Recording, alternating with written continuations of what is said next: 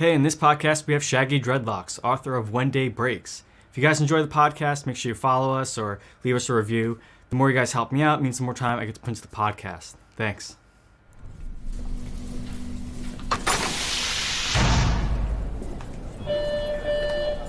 Don't forget, today is pizza day. So head on down to the cafeteria to grab yourself a hot slice.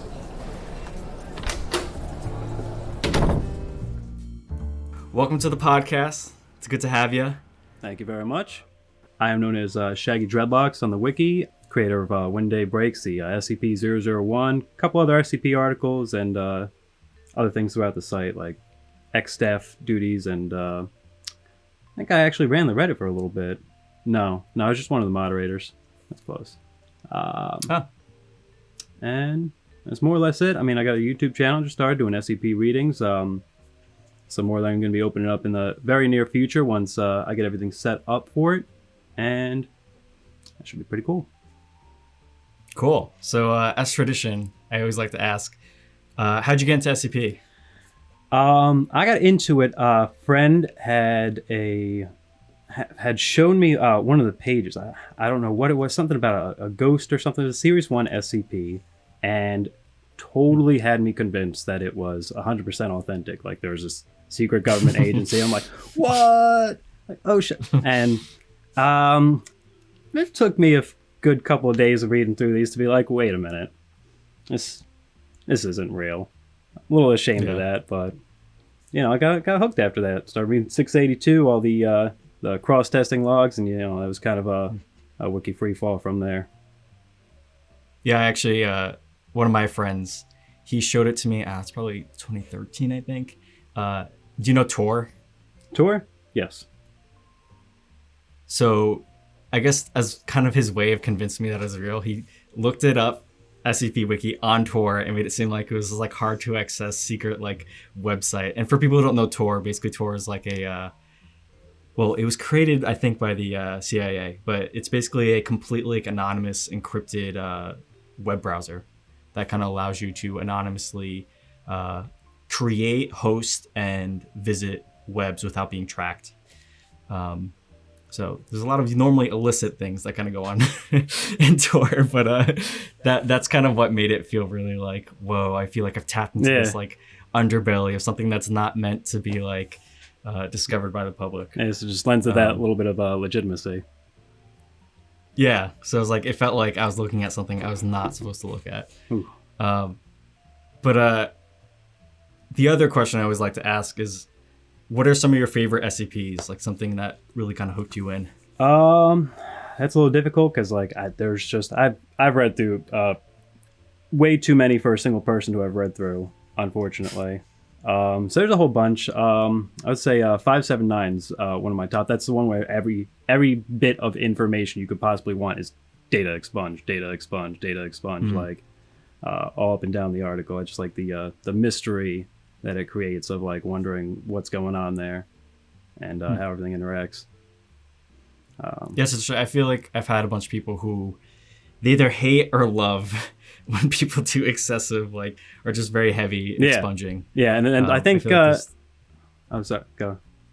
I was just saying that I feel like there's like these two schools of thoughts where like some authors are like, oh, you're just a lazy author if you do that, and other people are like, no, that's like adds to like the whole ambiance and mystery of SCP. Yeah, it's that one's actually very highly contested in terms of rating. I think like right now, after a decade or so of being up, it's still only like in the hundreds. Oh no, 201 wow. Looks like, yeah, because of how many it's upvote, downvote, back and forth constantly on that one, because people are just so divided on it. Some people just get mad. They're just like, I need to know what it is. Like, you don't know what you're doing because you're just not telling us. But like, I think it's kind of a one of a kind type thing, and I think it does it very well. That's cool. Yeah, it's one of the more unique favorites I've heard on the podcast to date. Are there any other like top 2, top 3? I know I'm horrible with making favorite lists, but there is one, but I swear I'm going to absolutely butcher the title. I don't even know if I'm going to attempt it. Trying to pronounce For the most part, I might be able to say this. Okay, it's SCP-2188. That is the life and times of Joaquin Pablo Izquierdo de San Felipe. And that is it's by author Kalinin, and it's kind of about this guy whose anomaly is that things that happen in his life affect some random small Midwestern town miles and miles and miles away, and it affects their artistic community and things of that nature. That's very long article. Some of the newer readers might not be into that if they're looking for something creepy and scary. It's kind of like gets really heartfelt and stuff like that. But very highly recommend it in terms of just pure quality. I think I've read that one before. I can't. Well, I'm again horrible with remembering what I have and haven't read, especially with numbers specifically. So I've been trying to refer to SCPs by their like actual titles instead of their numbers. I forget my own SCP numbers, and I don't even have a lot. I have maybe a half dozen. I delete so many things. I got about 15 maybe, and I would not be able to gun my head. I would not be able to say them all. Yeah. All right. Well, it's a good thing in my notes I wrote out the actual name of your SCPs and not just the numbers. That's good. So yeah. So as people know, disclaimer. This is obviously going to be spoiler talk, this podcast. So if there are SCPs we mention, I highly recommend you guys pause the podcast before we ruin the SCP for you. But if you don't care about spoilers, have fun. But as I'm assuming most of our audience member has already read Daybreaks, what was kind of like the big inspo for that? For that, oh man, I would have to bring up... I'll just do it from there. There's the contest page. I can't remember who did the artwork or who had the concept for like... Because when they do those EXO contests, they'll have like a huge banner on the page, like it'll be a really big thing. And I think it was a reiterating the one popular phrase from the office of the administrator, like one of the very first pieces put on the wiki, I think. I'm probably wrong about that. And it's more or less about them dying in the dark so we can live in the light. So, I kind of saw that and I thought, what if we do that? Just flip it around a little bit. So the light is something that is fucking terrifying. And then I just started going from there. Wow. Okay, that's cool. That's like a very simple, but very seemingly, I guess, obvious now that you're pointing out, be able to see the ever that motto. Yeah. Where was like, for me, it felt very Lovecraftian, the whole thing, which I love, like Lovecraftian horror. And it actually reminded me a lot. Have you seen the film Annihilation? It's also a book series. I have not. No, but I might check it out. Okay, that's interesting. Yeah, because there, I won't spoil it for you, but it has to kind of do with this weird occurrence that's affecting kind of biology and an environment on a large scale. But there's a couple things that kind of reminded me of Annihilation, where the fact that these organisms still kind of remained sentience and like would try to speak out in voices of like familiar persons. Ooh. To try to lure them out into the light.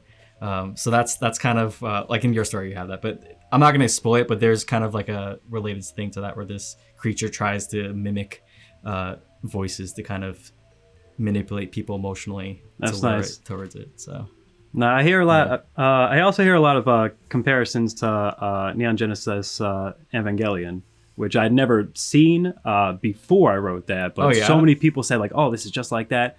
Eventually, I checked it out, and it's a really good series. But some other inspirations were kind of more Junji Ito stuff, Uzumaki, which I started reading.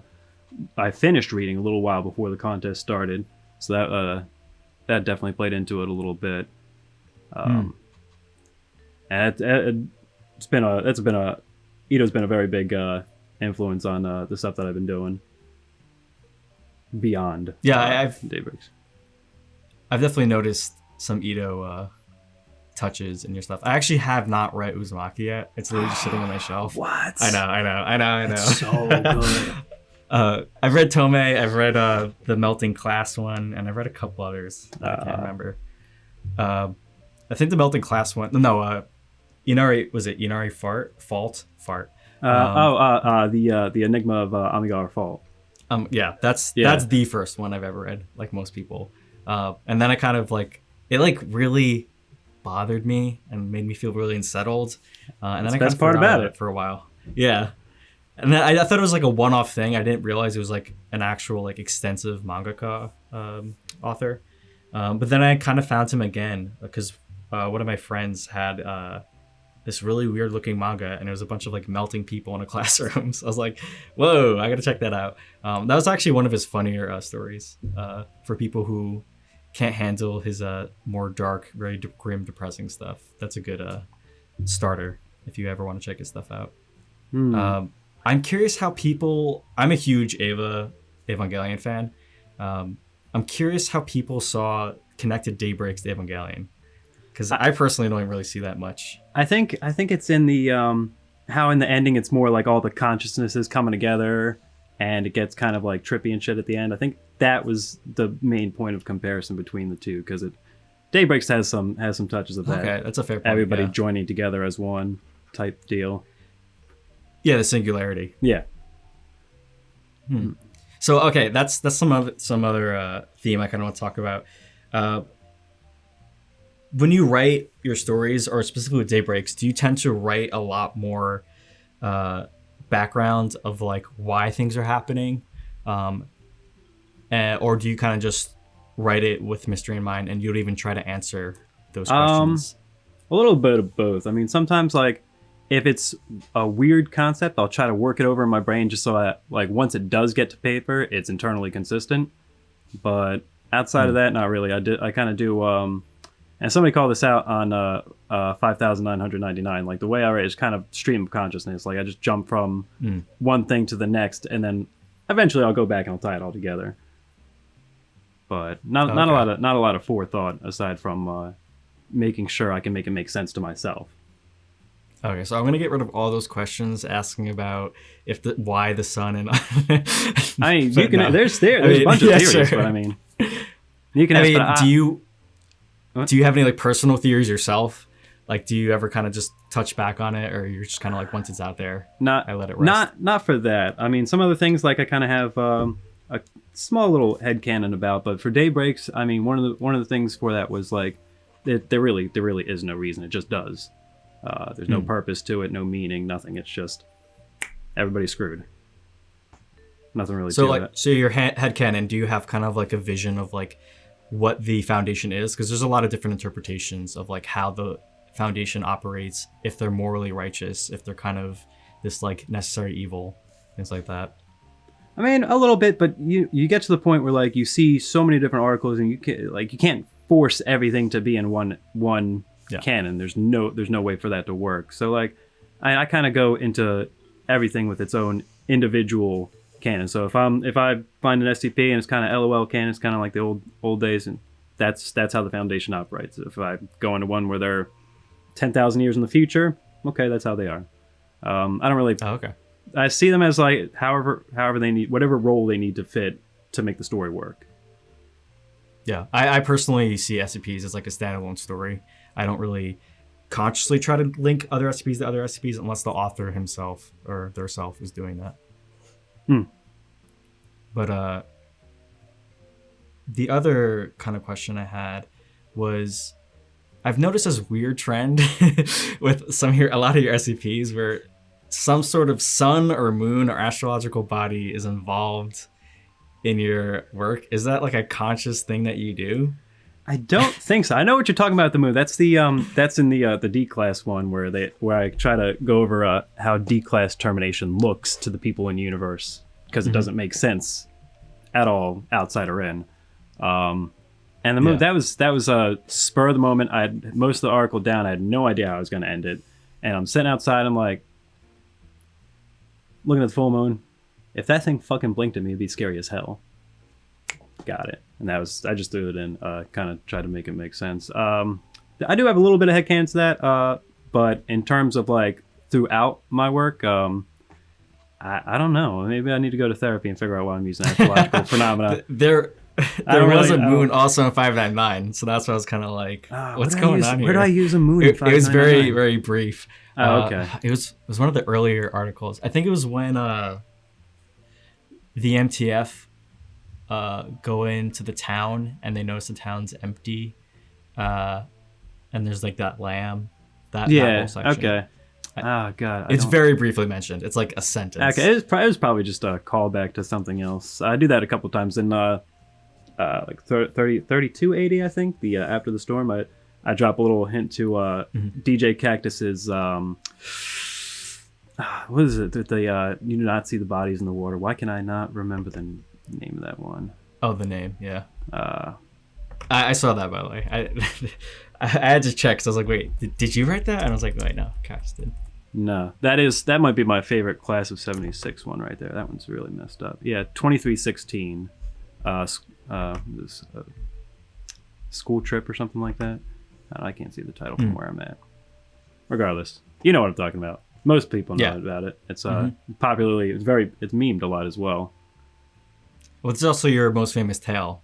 I think that's your most famous tale. The yeah, Not Fade Away. Yeah. About the somebody falling prey to the lake. Yeah, that is it's a very nice, like, contained little short story, which I enjoyed. So you kind of briefly mentioned this. I kind of want to pry this out of you. What is this headcanon that you have related to, like, the moon or the sun? Like I said, for in terms of the D class one where the moon's kind of a part of it somehow, I have a small sort of headcanon for that one. That's you ever see any of the what do they call it? The pataphysics type SCPs where like they realize they're written people, they're not real, and there's some gods that are watching down, writing their futures out. Swan's 001 proposal where God's a bunch of horror writers like that. Oh no, yeah, I actually didn't know that one. So yeah, it's a cool concept. and for that one, in a pataphysical sense, it's sort of seeing, because the Foundation has like this veil for the public. You don't know the Foundation exists. Well, between the pataphysical Foundation reality and our world, there's a veil between that. They can't see up. We can see down because we're writing them, but they can't look back up at us. Through the narrative layers or whatever somebody would describe. People have gone super in depth into how all this works. Yeah. I just kind of ignore it and pick out the parts that I can use. But yeah, so more or less it's like the authors, more or less, like seeing through the veil for like a second that it interacts with their world. Okay, that's interesting. It seems like the moon is loosely tied to like the narrative gods. Yeah. In terms of when day breaks, there's nothing. It's just. Well, speaking of day breaks, that's obviously your most famous writing. Did you expect that? Like, kind of, what was your kind of personal reaction? A little bit, because I had written it for the SP3000 contest, the horror contest, and it was doing pretty good there, because it was kind of like a different way of putting things, with the second person prose interspersed with the actual text of the article. It was doing pretty good, but some people were not a fan of just that style for that contest. Like, it's just a combination that didn't work out for them. Regardless of however much they enjoyed it, they were just like, oh, I just can't support this for the sole purpose of it being a contest entry. So took it down, fixed a couple things, and went for the 001 slot instead once the contest ended. Okay.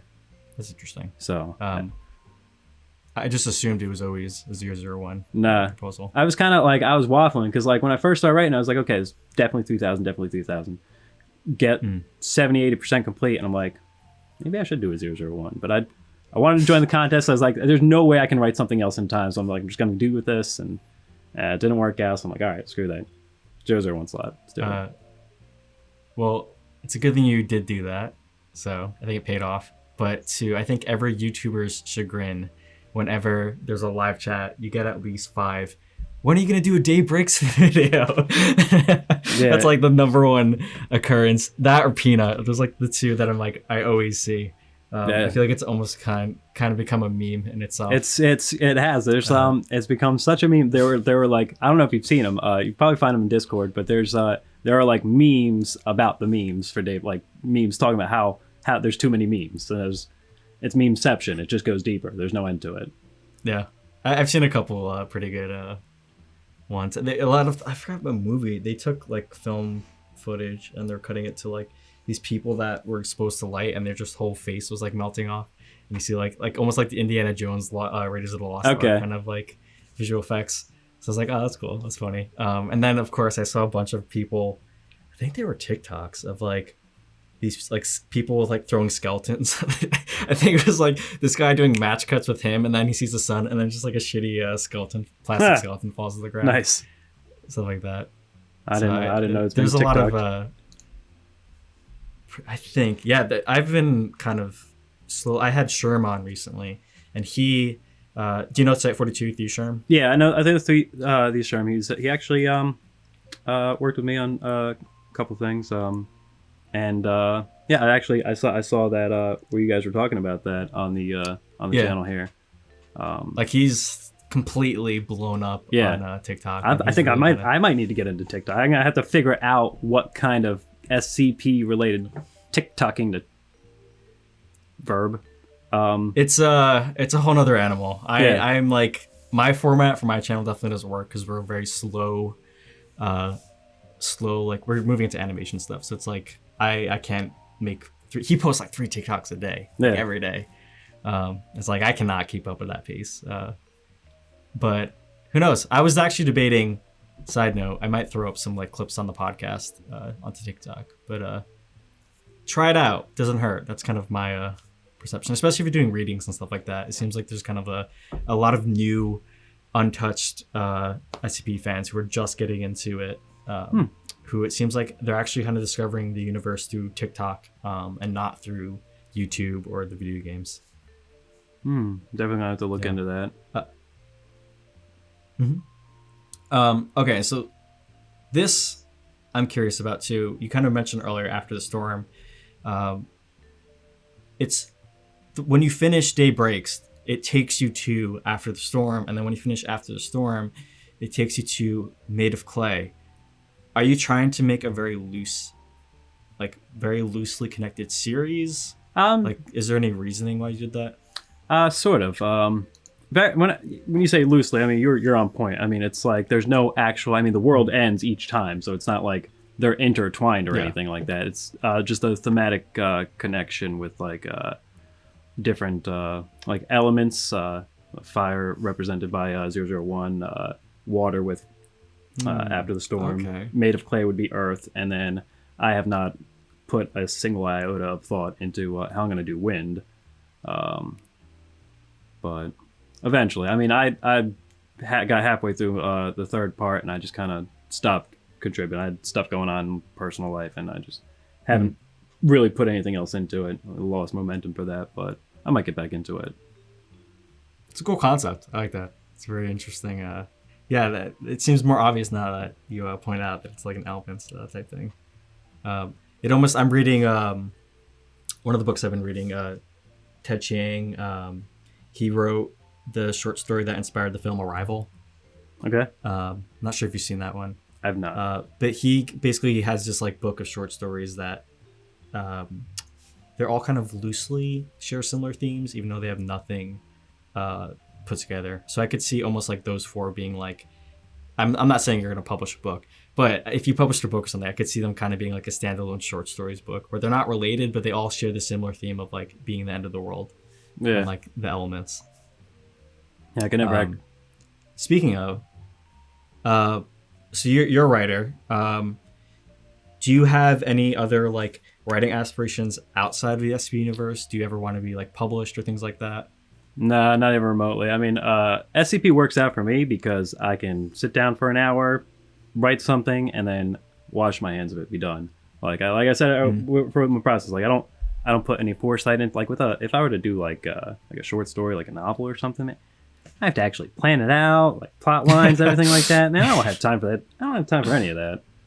I'm too scatterbrained to really sit down and do something of that any more than flash fiction, really. No, I'm just like writing here for that reason. So I just get something done, forget about it, move on. It's cool. I always like asking that question because I feel like I always get completely different answers every time I ask an author. Of like, like for example, we just had Tanhoney on, and he's like the exact opposite. He's like, oh, I'm writing a giant web serial, and I'm doing like world building. Yeah, I heard about it. I'm interested. Yeah. So it's a cool concept. I got to definitely check that out. But then, I think more often than not, though, I definitely see that like it's a true embodiment of flash fiction where people just have cool, snappy, quick ideas and they just kind of paint it out. Sumerian's kind of a bit more like that. So the other question I had for 2193, the moon. We kind of answered this, but I want to ask anyway. Why does the moon eat people? It doesn't actually eat people. You may be able to interpret it as something akin to be like being erased or something like that. Sort of. It's a bit of a cognitive dissonance on part of the in-universe versus out-of-universe like authors or whatever you want to call them. Just essentially nothing that involves consumption. They're just taking them out of the story. And somebody actually had a pretty funny comment.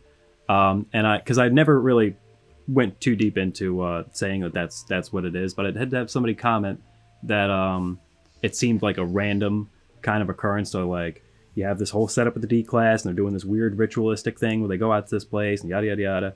And he said, but including the moon as some sort of like weird addition to it, just like he said it didn't make any sense. It took him out of the story.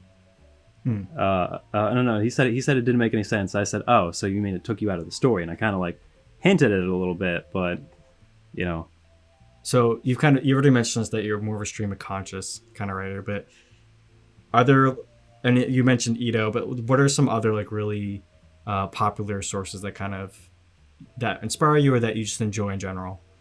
I would say a couple that really got me into even horror in the first place, because I used to play a lot of video games as a kid. Silent Hill, Resident Evil, like those two series, like I got really hooked on. Aside actually Resident Evil, I damn near pissed I was like 8 or something when I first played that. The part the zombie comes up. Yeah, I couldn't play this. Yeah, he comes and looks at the camera like that, like threw down my control. I got up. I was like, done. I can't play this shit no more. It was scary, but it got me into this type of content. I actually played, I think the first Resident Evil game I played, I think it's 4, is the one where it's like a abandoned farm town in Spain. Yeah, I think it's Spain. I tried playing on the Wii, and I think what made it so scary for me were how shitty the controls were. Like the fact that I don't know if you played the Wii port, but they were really awful, the controls. The fact that I was so used to like very mobile kind of like shooter games, like Call of Duty and things like that. So like Resident Evil was my first like horror shooter. I didn't understand the fact that like you not being able to move while shooting a gun was like part of like kind of the challenge and like tactic of it. That like terrified me, just like the lack of mobility and everything. I was like literally scared me so much I didn't even get past the first level. I'm kind of a baby with horror games, I'm not gonna lie. That's one of those fields that I'm slowly I slowly try to get into it and warm myself up. Yeah, if that's bad for you, the first like 3 of them are even worse in that respect, because it's all tank controls, fixed camera angles throughout the whole game. Like it plays with that just to constrict you and keep you on your toes. So if 4 is having that effect, you're not gonna you wouldn't like the other ones, the earlier ones. Yeah. They're definitely breaking out. The remakes looked really, really good. They are really good. Well, except 3. I think people were like, 3's kind of iffy. But I know people were raving at the second one. I was almost debating playing them again, but I don't know. It's like I need like someone to kick my ass. Like I need to be held accountable. Like maybe if I streamed or something, that's where I could play it. There you go. But you know, I'm definitely too chickened out to play like at night out alone. One of my friends, we tried playing Outlast. We made it like a group event where us three sat at the computer and would try to switch off, taking turns playing, and it was rough. I made it like. I don't know if you played Outlast, but there's one point where you have to go through like a sewer system or something like that, and I just like could not get past it. I just had to throw it down. In terms of difficulty, or in terms of freaking out? Just the creep factor. Okay. Of it all. Yeah, just the suspense of it all. Like very suspenseful. Like less is more kind of stuff. That's the kind of stuff that freaks me out a lot more. I've always also really wanted to get into Silent Hill because I really like the idea of well, I don't know all the Silent Hill games, but the one I always think about, you might be able to help me out with what game it is, but it kind of deals with like purgatory, and like it's kind of inferred that like it's in his past life. That would be the second one. Not past life, afterlife. Where the guys. Yeah. That's the most famous one, right? Yeah, it is. It's some. I mean, first one's definitely better, but that's definitely eclipsed it in terms of popularity, and it's a really good story. It's kind of messed up if you go to the end. Spoiler warning, I guess. I know I'm not going to spoil it actually, but I think I've seen it's the freaky. Actually, it's right? very freaky. Oh, you have. Okay. So I wouldn't be ruining anything for you at least, but everybody else. Spoiler word for a 15, 20-year-old game. When did that come out? I think that was like PS1, right? I thought that was real, or maybe early. It was. PS2. No, it was. I don't know, man. See, my memory is just garbage, trash, dumpster fire in my brain. Anyway, that doesn't matter. Screw that. I don't know why I'm no looking worries. that up. I don't know why I'm curious.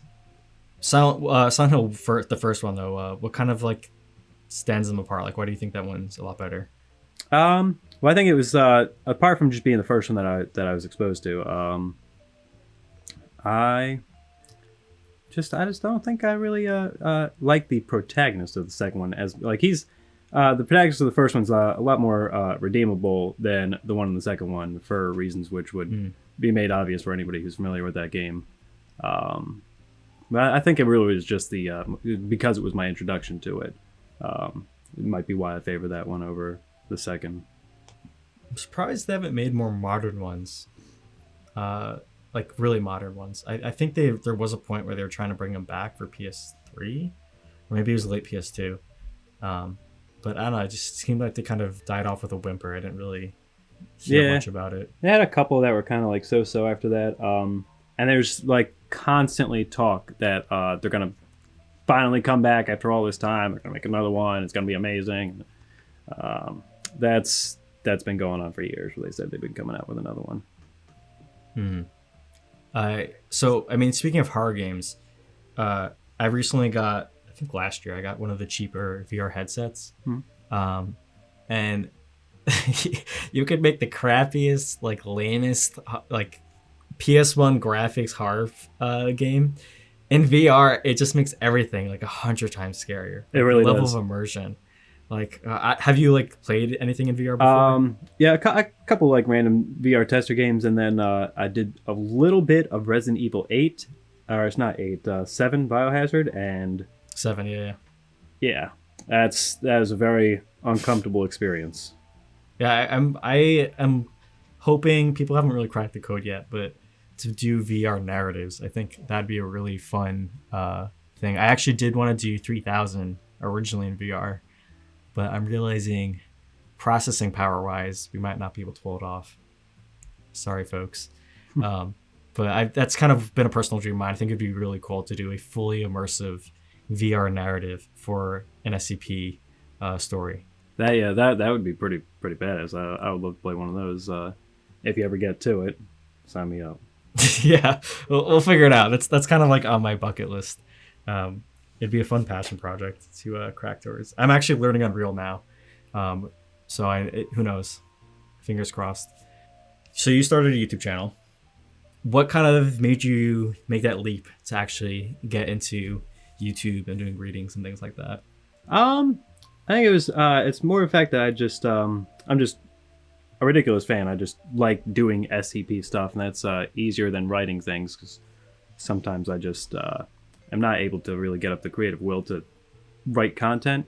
So that's just something else to practice my creativeness in a different type of space. And also I started doing audio stuff because I would eventually, once I get a better setup, do some voice acting and stuff like that. So it's good practice for that as well. Okay. What kind of voice acting do you like pull inspiration for, or like are there specific roles you like to do? I do like goofy, like weird shit, like fucking like SpongeBob. What is that monster? You ever see Foster's Home for Imaginary Friends? I do a pretty good. What is that? The big demon monster who's like a crybaby. But I know who you're talking about. Yeah. Like so like goofy characters, kind of like monstery characters, things of that nature. I don't know, it's just something I've been doing since I was knee high. I've been doing voices and stuff like that. So might be something I could use to realize that aspiration. I'm curious. Do you know the YouTuber Psychic Pebbles? What Pebbles? Psychic Pebbles? Psychic Pebbles. No, but I feel like I should. Psychic Pebbles. So good name. I love. He does really great like goofy voice acting, but he does really hilarious, really kind of goofy, really strange, like dark humor kind of voice acting. I think you should definitely like check him out. Yeah, I'll look into it. And so like, is horror your main thing? We've mainly talking about horror, but like, are you really into sci-fi or philosophy or like any other things that you kind of branch out into? I do a little bit of sci-fi, but more like not so much ramifications of technology or anything like really deep like that. I'm just very surface level. I do like weird mind-bending type things. Where is it? In terms of what I create, I mean, the closest I really get, I think, would probably be my GOC article, which is sort of a fantasy, sci-fi, like a Norse deity monster comes into our world and they gotta kill the hell out of it, because that's what the GOC does. 3963, is it? Yes, 3960 is I don't even know if that would constitute sci-fi necessarily. It's just oh no, my camera went down. It's just a very strange kind of temporal type anomaly. Yeah, I don't go too deep into sci-fi though. I dabble with it a little bit off and on, but that's not really what I usually go for in terms of the content I create. Gotcha. You're probably one of the most horror-leaning authors I've talked to date, then. I'm the most what? Horror-leaning. Horror-leaning? No, horrorful. All right. No, I'm messing. Yeah, no, I feel like, in my experience, on average, it seems like it's a very heavy sci-fi community. Maybe that just is my experience, and it's not necessarily true. I'm personally much more into I don't know, that's been changing, but I was very much more into the horror side of the community, and I feel like as time has passed, I've been going a lot more interested into anything. So one of your recipes does talk about this, like kind of anything that deals with the idea of free will. Mm-hmm. And I really have been drawn to stories that kind of question that aspect that a lot of people kind of just assume is true. Because I personally, for my life, am a huge believer in, not a huge believer, but I believe in mostly that we do not have free will. I kind of believe in like partial will, where we maybe have free will in very small or very like uncommon moments, but most of the time we are kind of subject. We're basically very subtly kind of controlled by our environment and the things that have shaped us externally. Okay. So kind of similar to your, as if people are kind of writing our story. Like I personally always been really drawn into, like with mythology, the idea of like the fates. And like when you have these stories of like the hero trying to fight his fate, and no matter what, that's him fighting his fate ends up what creates that tragedy that he was trying to circumvent. Yeah, like it's Oedipus. Yeah, that is a good one. Yeah. No, I have something that's very similar to that that I'm working on. And when I say I'm working on, what I really mean is writing a sentence every other month. But it does delve into that. It's are you familiar with any of what is it? What is his name? Baztec on the wiki. What's some stuff? I'm really bad with. Oh, you'll know this one. 1733, the season opener with the NBA game on a videotape. Oh yeah. Or the other one, which is the Sopranos DVD that they can go into televised media, and then from there go into the televisions in that universe, and then go deeper and deeper and deeper, and it just gets messed up. I actually haven't read that one. That's really read it. It's nuts. But I'm doing something that's very much inspired by his things like that touches on a lot of things about free will. But I just need to get myself to actually producing. So I mean, I'm guessing you're one of those writers that are very inspiration driven. Like when you feel that motivation or that inspiration, that's when you write. Because I know there's a lot of different kind of philosophies on like how people write and like what their process is. For the most part, yeah. Sometimes I'll just be struck with something weird from just combining different thoughts or things that I've seen, and just like something will just hit me in a weird way, and I'll be like, what if I write something about that? That doesn't make any sense, but what if I do? And it just somehow it just works out. I don't know how. Like Christ.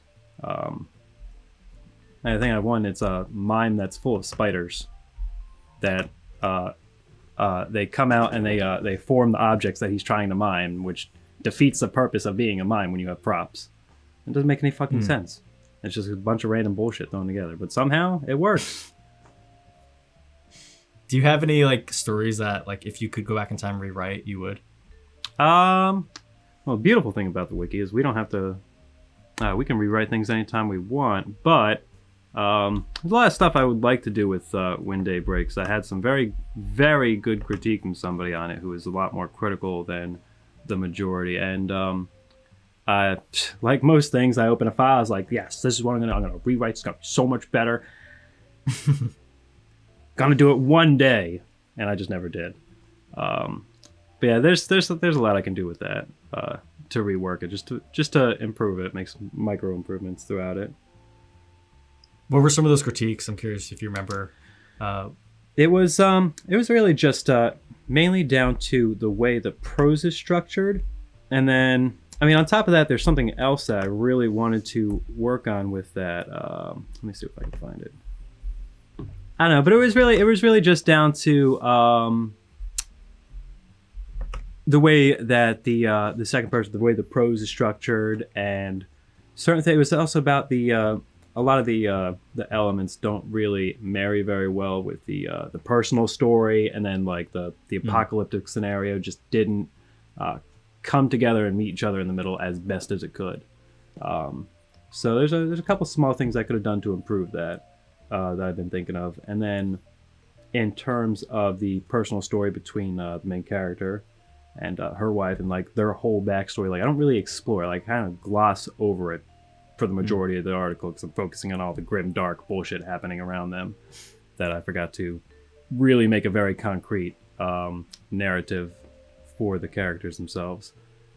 So there's a lot, and I have more in mind about what I want to be going on there, but I've yet to implement it. So it would definitely be, if I were to rewrite anything from the ground up, it would be that. Oh, okay, that's interesting. Yeah, I find for me, what I like to do for my writing style is very much write a story out, put it on the shelf for 2 weeks. This is actually what Stephen King does. I actually learned this from him, and then come back to it and completely rewrite and tear up the entire thing. Put it on the shelf again for another few weeks, and then by the third time, I feel like that's usually where I'm kind of at. Because I find with me, the first time I write something, it's very like mediocre and just kind of cliche. I find that's like almost like my brain trying to lay out the foundation, and then the second time I almost completely throw out everything out and kind of work off the few gemstones that are hidden in the first draft. Rebuild that, it's maybe a little less cliche. Yeah. And then by the third time, I feel like, okay, that's where like things are kind of connecting a bit better, and they feel a bit more fresh and not as like generic or meh. That's a good method. I just go through once, and I throw it up there, and I just cross my fingers and hope that people like it. I don't do too much rewriting because like with the exception of making sure my grammar's on point and all that best I can. I'm not the grammar police. I don't like to just stay focused on one thing. I go over it in my head too much, and what's going to happen is like I'll never finish it. Like that's not right. Right. I need to fix this, and so I don't absolutely obsess over perfection. I send it out and I forget that it exists. Yeah, there's actually a really famous saying that I try to live by, where it's the 80-20 rule, where basically the rule is that when you work on something, you should just put in 80% of your effort, and don't put in that last 20%, because that last 20% is where you start nitpicking and you try to get that perfectionism, and that last 20% ends up taking so much more time and work than the first 80%, that by the time you do trudge through that 20%, if you even finish it, most of the time the project won't even finish after that. You've wasted so much time sitting on this story that you could have written so many other works and learned so many more things just by getting the first 80 done and just putting it out there. Yeah. So that's definitely like a rule I like to live by. It seems like you've unconsciously embodied that, or consciously. I don't know if you knew about that. I think consciously, because I know that and I've seen it in other people. I used to do I used to be on the critique team for the SCP Wiki, so I'd see people like revision a draft and it's just like slightly better, and I'm just like, oh, is there anything else I could do? Like, and like, no, you're good, man. Just let it go. you got to just let it go at some point. Just let your baby fly. So for people who don't know about like all these teams and things like that, how does that work? How do you get onto these critique teams? Is it a very formal thing? Is it very loose? It's kind of loose. I mean, it's different because they're always changing up how staff is structured on the wiki, and how the recruitment process goes. But for me, it was, I think I just left feedback here and there because I just was trying to help other authors out. This was way back when I just first started writing. And I just comment things to try to help people improve. And eventually, after doing that for a while, it was the captain of the critique forum team, and Zin. She approached me and she, hey, want to do this do 2-3 week? You'd be like a junior staff, so on and so forth. So I did it, and eventually, after doing it for so long, being a little more involved in the site and stuff, after that, bumped up eventually to operational staff, and then I kind of had a burnout, and I was just like, I just can't really do the staff thing anymore, and went back one more time for a little while, then quit again, and then I just do things whenever I feel like. There's a couple initiatives that I made. And I don't think I was staff when I did these things. I was just trying to make things for the community. Have you seen the user curated lists? No, actually, I don't think I have. All right, so user curated list is like, because I always see, I was a moderator on Reddit for a while, and I always see people like, oh, can you find me the list of a whole bunch of, can you just give me a list of a bunch of scary SCPs or exploration SCPs? I want to see something that's heartwarming. Send me a bunch of those articles. And 99% of the time, because Reddit is primarily used by like the off-site fandom, usually it'd be like 3 or 4 things that every single person has already read. So there really wasn't much use out of that. So I made these to kind of a bunch of collections for different types of articles. There's like a horror one, sci-fi, fantasy. So new users can find this and easily just say, oh, this is the type of content I want to find, especially with how big we're growing. They can find that type of content. And I made cool. a lot of this, and then since I more or less left the site, quit staff, all that crap, I kind of set it up for the community to kind of curate these lists, try to find things that are pretty good to read, that fit a certain category, and set it up for the benefit of new readers. I think the newest one we have, Sir/47 is the user. Here we go. He made the heartwarming category for us. It's got 50 articles, so if you want to see something like the bear with a heart of patchwork, which is pretty popular, but similar articles to that. If you want to read things of that nature instead of like, oh, another grimdark SCP, oh, another world ender, oh, another murder monster. If you want to get beyond that and find something that's just kind of like a little sweet, he's got you hooked up now. So it's cool. One of my friends' moms, she's showing interest in SCP, so I'm gonna send them to these lists to her, because I think it kind of takes away the intimidation of scouring through literally thousands and thousands of stories. Yeah. Like we just have so much. There's really no way. Like we have to start categorizing things at some point, and in different ways than apart from just the main list. I don't think we have much in the way of tales for setting those up. Best we got so far. There's another one that I created because people are always asking, "Oh, can I find stories about SCP-106? Do you know any stories about 682, etc., etc.?" So then we came up with this and created that, and this was it's now a community effort, but to create it was a bit of a pain. You probably see them; they're part of the main navigation for the site now. They are the they're the SCP Series Tales Edition. So you can read. It looks like the main list, but it's got, if you go up to your favorite SCP and look right beneath it, you'll find tales that are related to it. It's not perfect because everything's manual, but it's just something to help people find the type of content that they enjoy, because we have so much of it. Yeah, I personally really enjoyed the sorting the tales by series, because there's no way I can sift through all the tales and try to figure out which SCPs they're related to.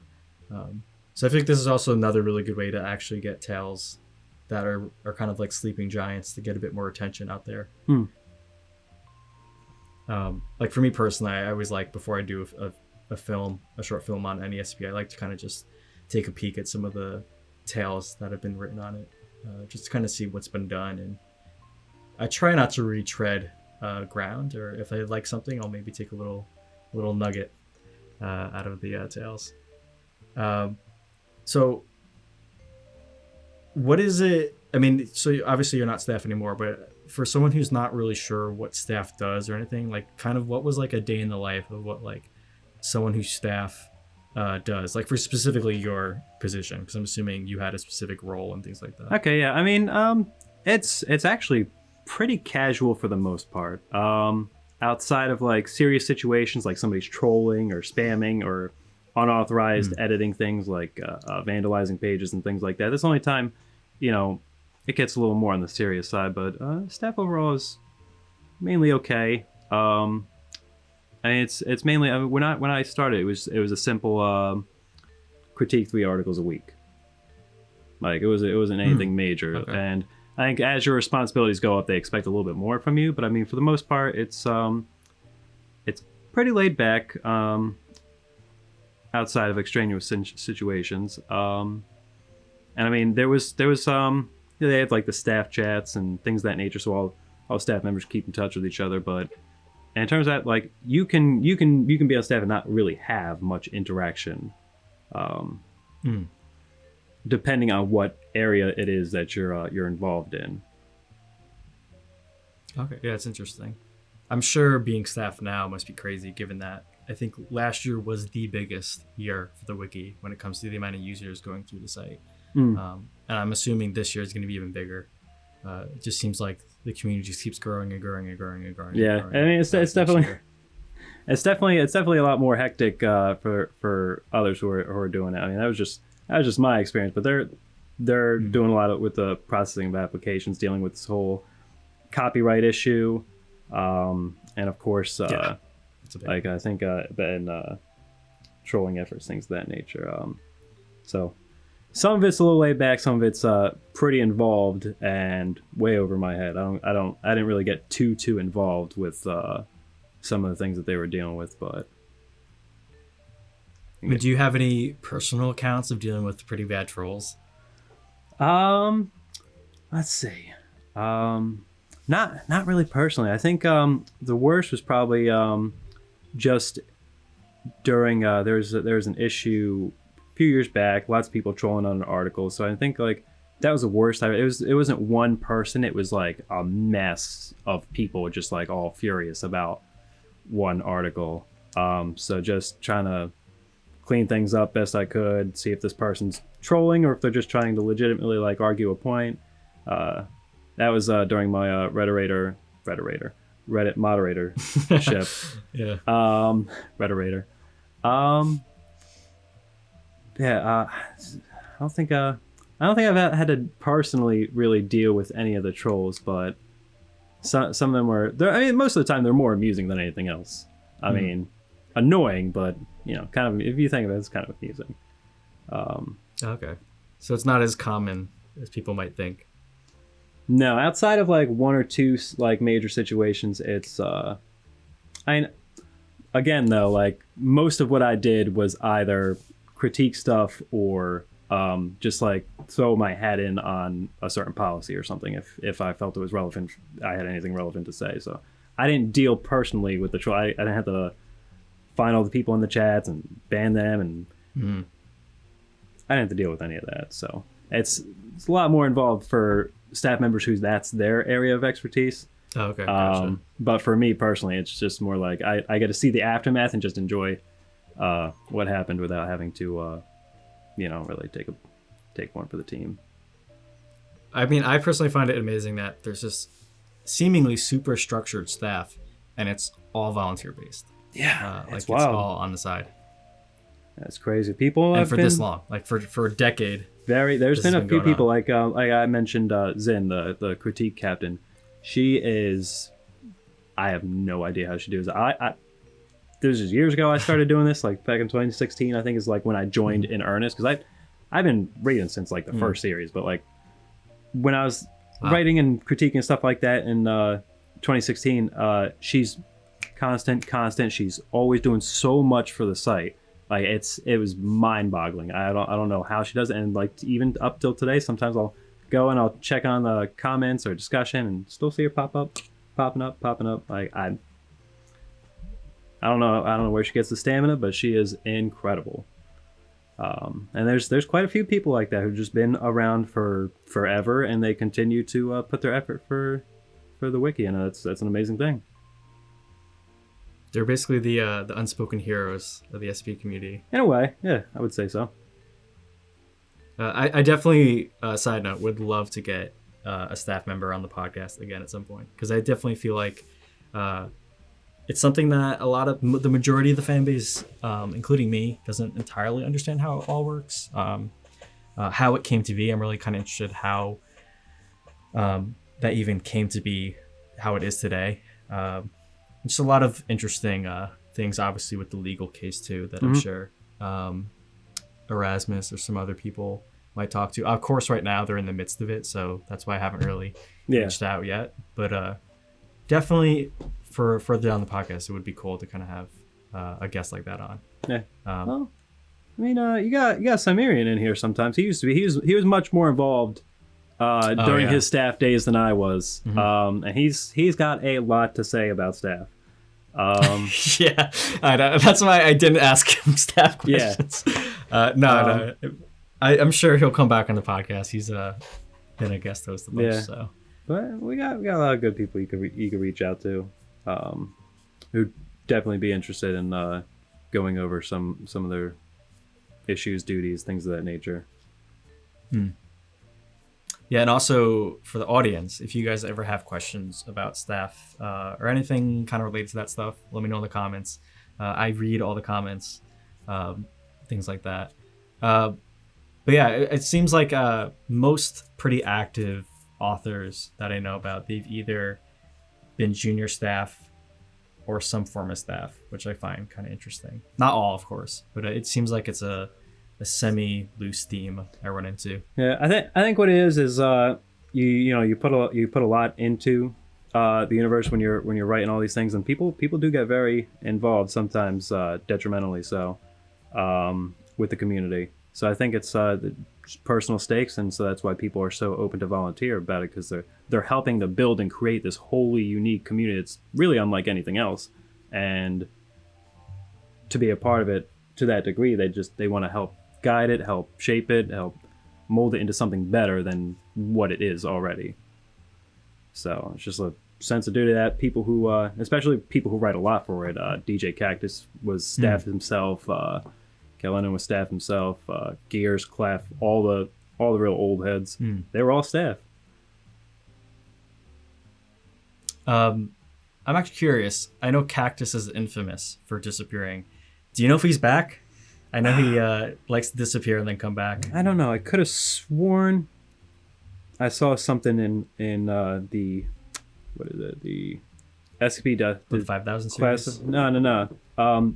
Speaking recently, but I don't know. I don't. I haven't really been super like the last couple of years. I really have not been involved with community discussion or making anything for the site. So I mean, as to his whereabouts, I am unaware. I don't know how. I didn't even know he was gone. Yeah, I just know he he's kind of got this weird whack-a-mole where he'll be really active, then disappear for a while, then kind of come back. He reminds me kind of like the if you know the manga Berserk. You should check that. I think you'd definitely recommend. I'm enjoy that. vaguely familiar with it. I think I saw like the anime adaptation of like one of the chapters or something like that.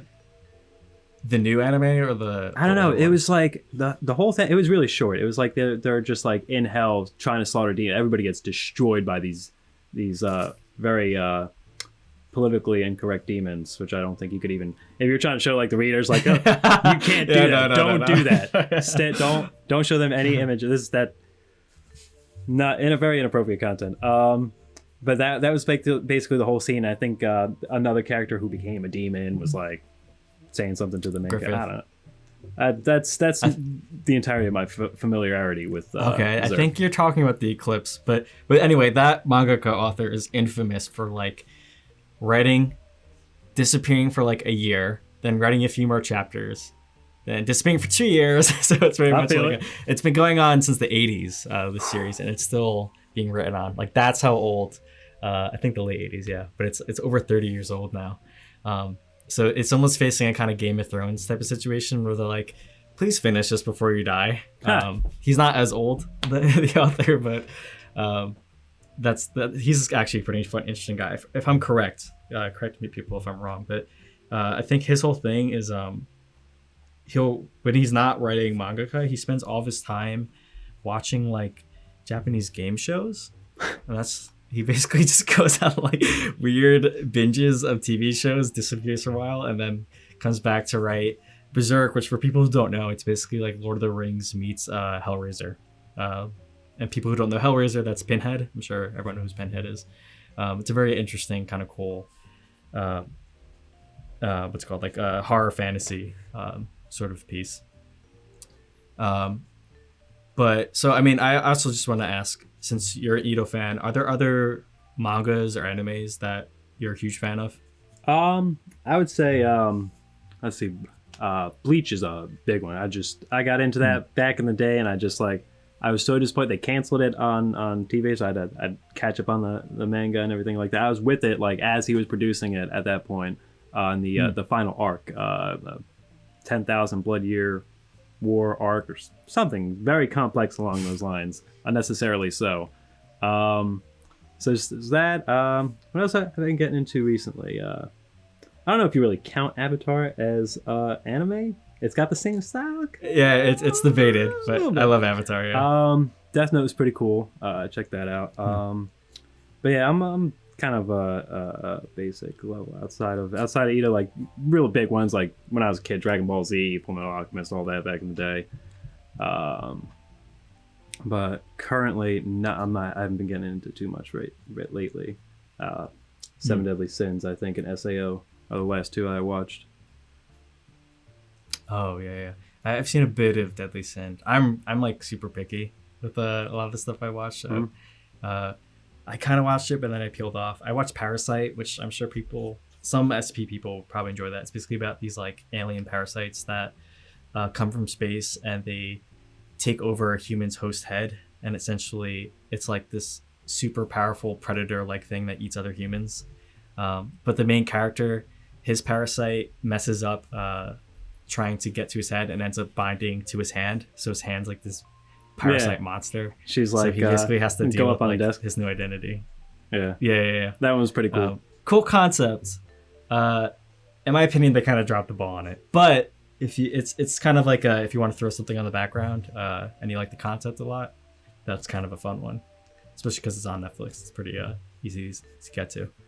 But yeah, it's kind of interesting. I feel like Ito has become more and more mainstream these past few years, in the sense that I just keep slowly kind of seeing it everywhere, especially a lot of SCP fans. I feel like they either were already in Ito or SCP kind of actually got them into Junji Ito stuff. So it's kind of nice to see that a bit less on the fringe. And I think there was discussion for Uzumaki, they were going to try to make a Netflix limited series out of it. I think they're actually making an anime out of it, though. Yeah, I think what it was Adult Swim was going to have Uzumaki as either a cartoon or live action. Yeah, that one's a cartoon, I'm pretty sure. Oh, okay. Because of the trailer. But yeah, I'm praying there's a good series, because I was not a fan of the last anime as much. It felt a bit stiff. It didn't feel like that atmosphere of it, and I feel like I'm really hoping the trailer was really eerie. I definitely recommend people check out that trailer. So I was like, ooh, okay. But I think I haven't heard anything since. So, do you want to shout out anything before we wrap things up? Any things you want people to check out? Throw it in the description. I would say check out my very horrifically inactive, unfortunately, YouTube. I promise I'm doing something soon. Not literally. Like I'm getting back into it. Like I just got more stuff for my audio setup. I upgraded that some, and I have I'm gonna keep doing readings of SCPs and tales and things of that nature. I have a little bit of a different take to it than what's already been done so far. So hopefully people that like audio readings might find something new to enjoy. In the same vein. Cool. And then before we wrap, are there any new articles you're writing that you might want to sneak peek, or nothing active yet? Nothing super active. I actually have I do have one thing I'm working on about anomalous snuff films, which is I had an image created for it, and of course, here we go. Yeah, so I got this coming out hopefully soon if I can stop being a lazy bastard. Got this coming out soon if I can get off my butt. And I had this wiki author, what's his name? Jackal Related, who's amazing at Photoshop and things of that nature. I believe he created the new image at the end of the chessboard SCP. Have you seen that? The where it has a very infamous image, the chessboard SCP. At the very end of the article, you go down, it's like the screaming faces. That's all horrific and distorted because the licensing issue where things aren't properly sourced and stuff. He like I tried making one and I couldn't really make it, but user Jackal Related is really efficient at what he does, and he was able to get things together and make the new image for that article. So this image that you're seeing on the screen would be something else he created for me for this article, which isn't very involved, but it might give you an idea of the mood that's going to be accompanying the piece. Cool. There's your sneak peek, folks. Thanks for coming on. It was cool to kind of chat about I think we covered a pretty broad spectrum of topics. Yeah, thanks. It was fun. Awesome. Thanks for having me. All right. See you guys. Later.